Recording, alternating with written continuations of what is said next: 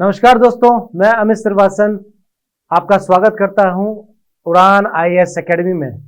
मैं उपस्थित हूं अपनी टीम के साथ जुडिशियल कोचिंग के बारे में बात करने के। आज जो हम बात करने वाले हैं छत्तीसगढ़ में जो एग्जाम होता है जुडिशियल एग्जामिनेशन का, उसके बारे में हम बात करने वाले हैं, उसकी स्ट्रेटेजी के बारे में। देखिए, जुडिशियल एग्जाम्स हर स्टेट करवाता है, लेकिन छत्तीसगढ़ का जो स्टेट है जो जुडिशियल एग्जाम कराता है, उसकी हम स्ट्रेटेजी के बारे में बात करने हैं कि अगर कोई व्यक्ति छत्तीसगढ़ के जुडिशियल एग्जाम में अपीयर करना चाहता है तो उसकी क्या प्लानिंग होनी चाहिए, उसे किस किस पैटर्न को तैयार करना चाहिए, किस स्तर का, किस लेवल की तैयारी करनी चाहिए और किस चीज पे फोकस करना चाहिए। आज का जो वीडियो रहेगा वो हम इसी के बारे में बात करेंगे। तो सबसे पहले बात करते हैं कुछ इंपॉर्टेंट क्वेश्चन के बारे में कि कौन से कैंडिडेट जो है वो छत्तीसगढ़ के एग्जाम में अपीयर कर सकते हैं। छत्तीसगढ़ में जुडिशियल एग्जाम्स के लिए कोई भी लॉ ग्रेजुएट अपीयर कर सकता है। रिकॉग्नाइज यूनिवर्सिटी से जिसने लॉ किया है वो अपीयर कर सकता है। बस जैसे कि अन्य यूनिवर्सिटी, जैसे कि अन्य स्टेट में रिक्वायरमेंट होती है, अनिवार्यता होती है बीसीआई रजिस्ट्रेशन की, ऐसी रजिस्ट्रेशन की छत्तीसगढ़ के एग्जामिनेशन में, छत्तीसगढ़ के जुडिशियल एग्जामिनेशन में ऐसी अनिवार्यता नहीं है। बीसीआई रजिस्ट्रेशन अनिवार्य नहीं होता। जहां तक कि एज का बात है तो जो स्टैंडर्ड एज है ऑल ओवर इंडिया वही एप्लीकेबल होती है जुडिशियल एग्जाम्स में, जो कि 21 से लेकर 35 होती है। लेकिन छत्तीसगढ़ जुडिशियल एग्जाम्स, छत्तीसगढ़ का जो पीएससी है, उसने एक अच्छी बात की है। उसने एक अच्छी बात यह की है कि आप अपनी स्क्रीन पर देखें तो यहां पे फीमेल की जो एज है वो सीधे सीधे तरीके से 10 साल की छूट दे दिया है। अगर सामान्य वर्ग का कोई मेल है तो उसको 35 वर्ष है, यानी 35 ईयर्स है। ये जो फीमेल वाला जो अदर स्टेट्स में 35 ईयर्स है, वो यहां पे सीधा सीधा 10 साल की छूट देके 45 वर्ष कर दिया है। रिजर्व कैटेगरीज के लिए 5-5 साल की छूट दी है और गवर्नमेंट एम्प्लॉय अगर कोई है तो उसकी एज है 38 ईयर्स। इसके बाद हम आगे चले तो हम चरणों की बात करते हैं, यानी स्टेजेस की बात करते हैं कि छत्तीसगढ़ का जो एग्जाम है, जैसे कि हर स्टेट के एग्जाम्स होते हैं, 3 स्टेजेस में होता है। पहला प्रीलिम्स होता है, दूसरा मेंस होता है और तीसरा इंटरव्यू होता है। तो प्रीलिम्स जो होता है वो बेसिकली 100 मार्क्स का होता है। प्रीलिम्स जो होता है वो 100 मार्क्स का होता है। 15 सब्जेक्ट्स में 100 मार्क्स डिवाइडेड होते हैं। लेकिन जैसे कि बाकी स्टेट में डिवीजन होता है, बाइफरकेशन होता है कि मान लीजिए आईपीसी है, सीआरपीसी है, 10 क्वेश्चन उससे आएंगे। ऐसा डिवीजन छत्तीसगढ़ का जो है वो नहीं है। 15 के 15 एक्ट इंपॉर्टेंट है, कोई मेजर नहीं है, कोई माइनर नहीं है, सभी इक्वल वेटेज रखते हैं। तो 100 क्वेश्चन किसी से भी पूछे जा सकते हैं। ये आप 2022 के क्वेश्चन पेपर को अगर आपने देखा होगा तो उसमें माइनर से ज्यादा क्वेश्चन पूछ लिया गया था।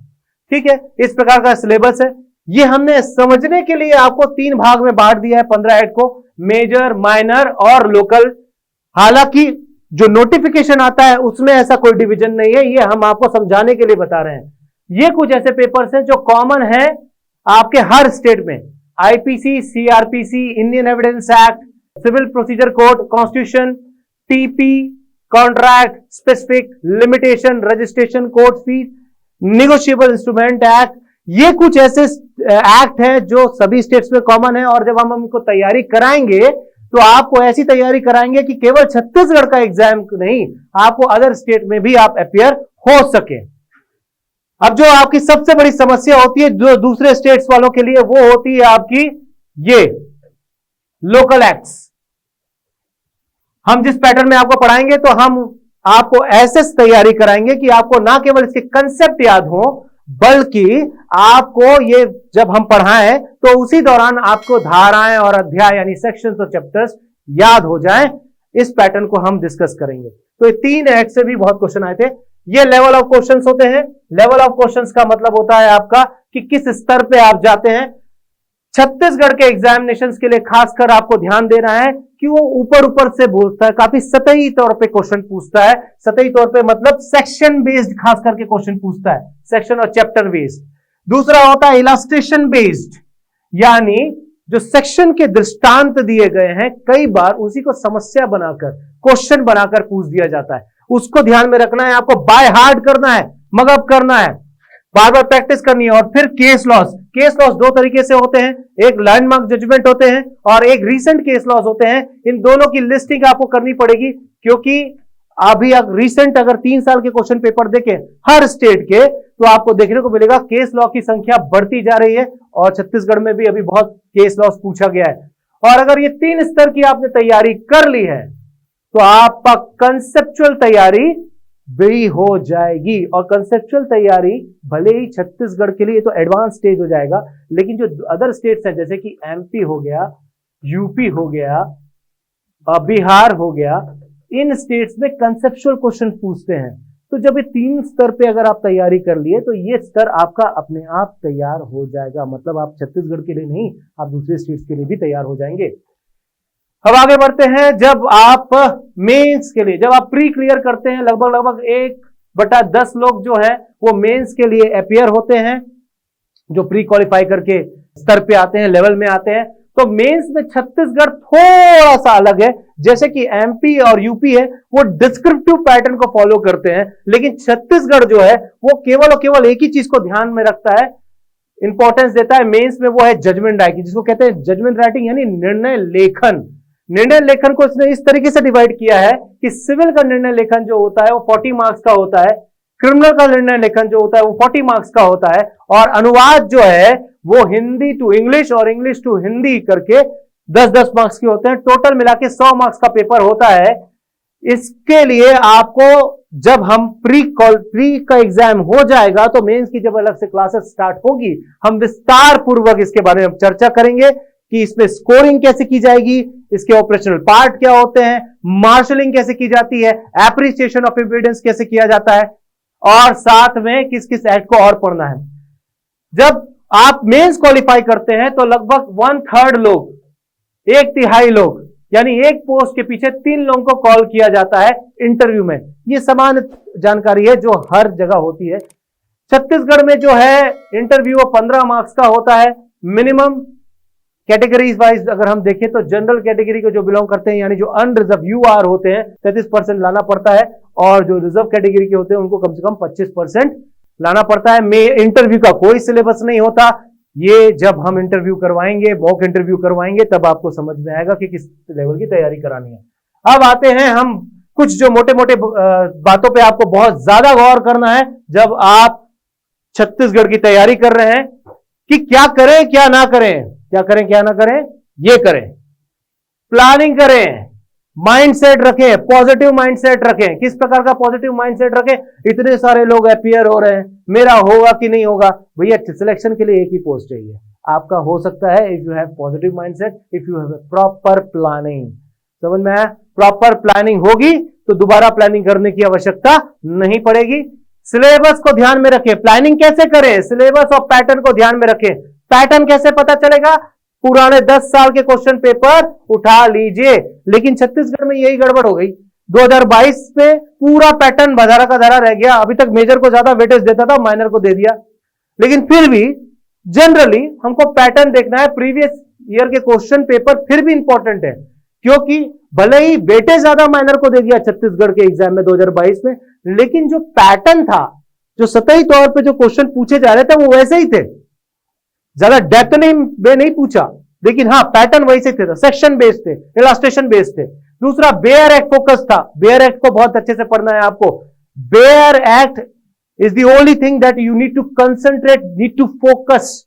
इसके अलावा आप अगर छत्तीसगढ़ के जुडिशरी के लिए किसी और चीज पे शिफ्ट होंगे, टेक्स्ट बुक पे जाएंगे। कई बच्चे बोलते हैं सर टेक्स्ट बुक पढ़ लें। टेक्स्ट बुक पढ़ने की जरूरत नहीं है अगर आप सिर्फ छत्तीसगढ़ को टारगेट कर रहे हैं। इसी से कंसेप्ट क्लियर हो जाएंगे आपके। 1 लाइनर नोट्स बनाएं। टेस्ट पेपर जितना ज्यादा हो सकता है दें। मॉक टेस्ट जितना ज्यादा अपीयर करना है आप करें। Study, smart study is very important then hard study. ठीक है, hard work. And then definitely there are mentors. आपके मेंटर्स होते हैं। या तो कई लोग जो है जुडिशियल कोचिंग को ज्वाइन करते हैं, अपने सीनियर्स से बात करते हैं, लेकिन कोई ना कोई मेंटर जरूर होता है जो इस पूरे दौरान, उनकी तैयारी के दौरान उनको गाइड करता है, उनकी पॉजिटिविटी देता है। वो जरूर करें। जिससे भी आपको पॉजिटिविटी मिलती है वो जरूर करें। और सेल्फ मोटिवेटेड है तो फिर क्या बात है, कर ही सकते हैं। ठीक है, जो नहीं करना है वो बहुत इंपॉर्टेंट है। क्या नहीं करना है, इस चीज को तो रट लीजिए, दिमाग में बैठा लीजिए, किसी कोने में रख लीजिए। क्या कि रिसर्चर नहीं बनना है, आपको रिसर्च पेपर नहीं लिखना है। सपोज डिफॉर्मेशन का आप केस पढ़ रहे हैं, डिफॉर्मेशन के बारे में पढ़ रहे हैं सेक्शन 499 और 500 आईपीसी में, तो you don't need to be researcher on that. आप पूरा पेपर डाउनलोड कर रहे हैं और उसको पढ़े जा रहे हैं, ऐसा बिल्कुल नहीं करना है। आपको उसकी सेक्शंस याद करने हैं, आपको पनिशमेंट याद करनी है, शेड्यूल्स पढ़ने हैं, जैसे क्वेश्चन पेपर आ रहे हैं वैसा पढ़ना है, केस लॉस पढ़ना है, इस स्तर पे आपको पढ़ना है। आपको लेवल डिसाइड करना पड़ेगा किस किस स्तर में पढ़ना है। वेस्ट ऑफ टाइम मत कीजिए, फालतू की, डोंट वेस्ट योर टाइम। जो फालतू की चीजों पे आप वेस्ट मत कीजिए, जबरदस्ती का रिसर्चर मत बनिए। एक और चीज है जो बहुत ध्यान रखनी पड़ती है जो एस्पिरेंट्स को, वो ये है कि जब आप प्रिपेयर करते हैं नोट्स को तो लेंथी नोट्स ना करें। क्या होता है, बच्चा निकलता है यूनिवर्सिटी से, उसको हैबिट होती है लंबे लंबे नोट्स बनाने की, 2-2 पेज के, 3-3 पेज के नोट्स बनाने की। ये काम नहीं करना है आपको क्वेश्चन और आंसर नहीं लिखना है। देखिए छत्तीसगढ़ का पैटर्न एमपी के पैटर्न से नहीं मिलता, हर स्टेट का अलग पैटर्न होता है। छत्तीसगढ़ में डिस्क्रिप्टिव मीन्स नहीं होता।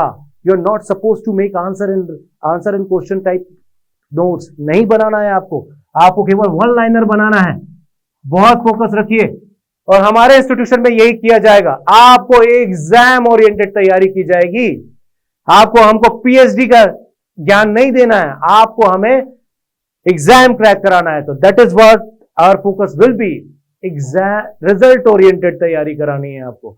यही हमारी पूरी टीम की कोशिश रहेगी कि आपको हम रिजल्ट ओरिएंटेड तैयारी कराएं, फोकस रखें, जितने ज्यादा मॉक टेस्ट करा सके हम कराएं। और इसी साथ मैं अपने इस वीडियो को विराम दूंगा और हाजिर होऊंगा आपके सामने अगले वीडियो के साथ, कुछ नए कंसेप्ट के साथ। तब तक जारी रखिए अपनी तैयारी, और मौसम बदलने वाला है। Thank you.